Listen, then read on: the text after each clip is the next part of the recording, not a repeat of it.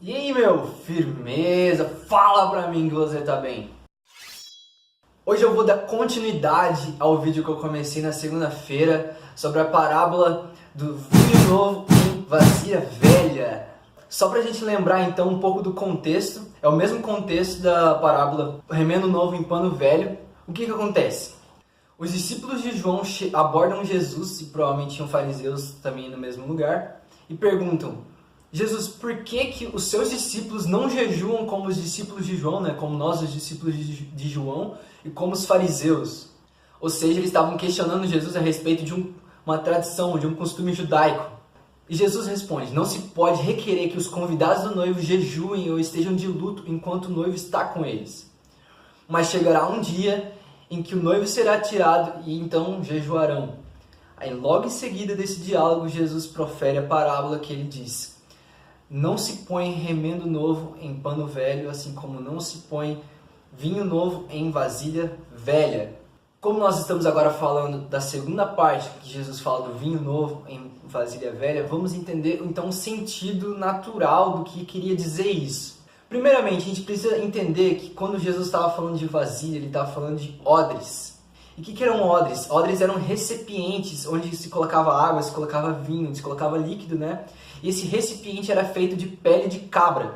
Ou seja, o odre, quando ele era novo, na pele era nova, ela tinha elasticidade, ela era elástica, ela podia se expandir e tudo mais. Agora, quando um odre era velho, era antigo, ele já tinha perdido essa qualidade de elasticidade, ele já não conseguia mais esticar tanto. Agora, pensando no vinho. O vinho, quando ele é novo, ele ainda está fermentando, ele está liberando gases, ou seja, ele se expande. Enquanto o vinho velho, ele já está com esse processo de fermentação bem avançado, então ele se expande pouco, ele tem poucas reações, muito menos do que um vinho novo. Então, quando você coloca um vinho novo num odre velho, o que acontece? Esse vinho novo começa a fermentar, liberar gases, se expandir, só que a pele do odre já não está mais tão elástica e ela não suporta. O que acontece? Ela arrebenta. Então, quando você ia guardar um vinho novo, você precisava colocar dentro de um odre novo, porque ambos se conservariam nesse caso. E aí você pode traçar o mesmo raciocínio que eu tracei no vídeo passado, que está com o card aparecendo aqui, o cartão aparecendo aqui em cima, em que Jesus estava trazendo uma nova aliança e que para isso eles precisavam superar uma mentalidade antiga, uma mentalidade de uma aliança anterior, da antiga aliança do Antigo Testamento.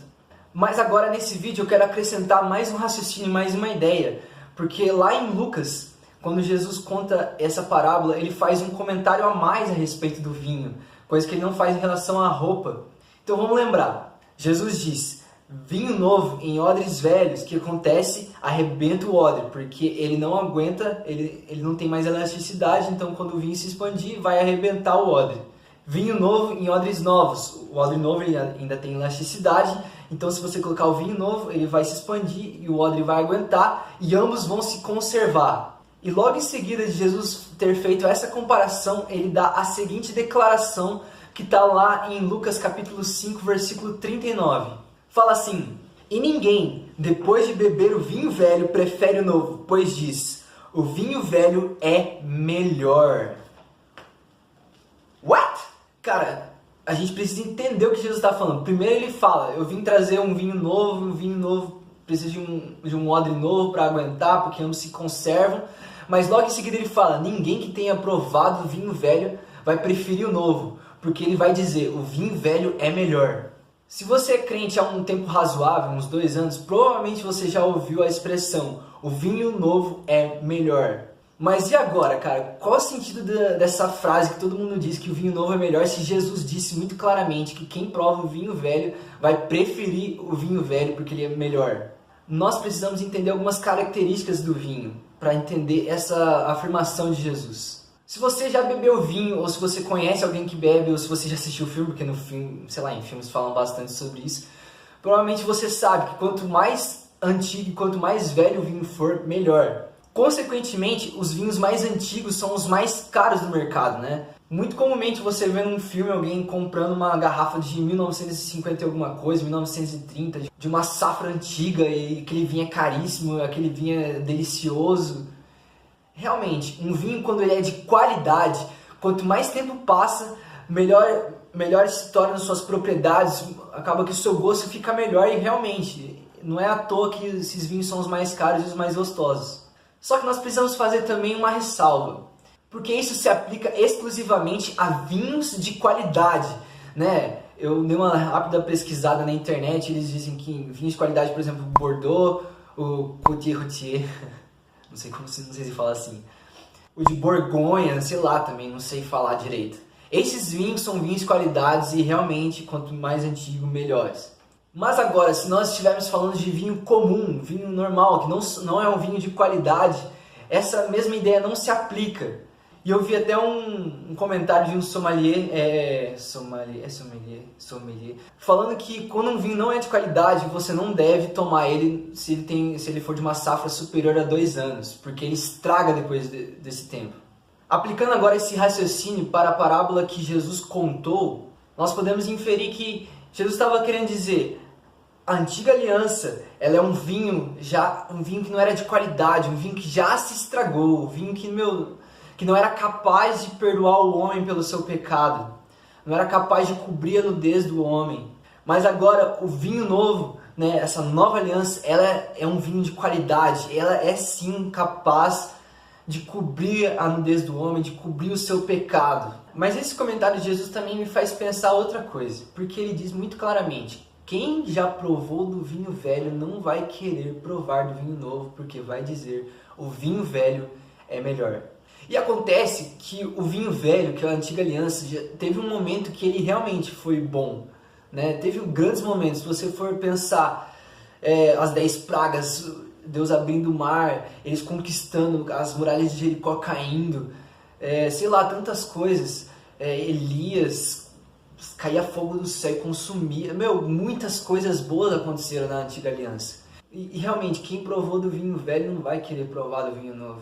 E talvez essa tenha sido uma das coisas que mais Jesus entrou em embate enquanto ele esteve aqui na terra, com os fariseus, defensores da lei e das tradições judaicas.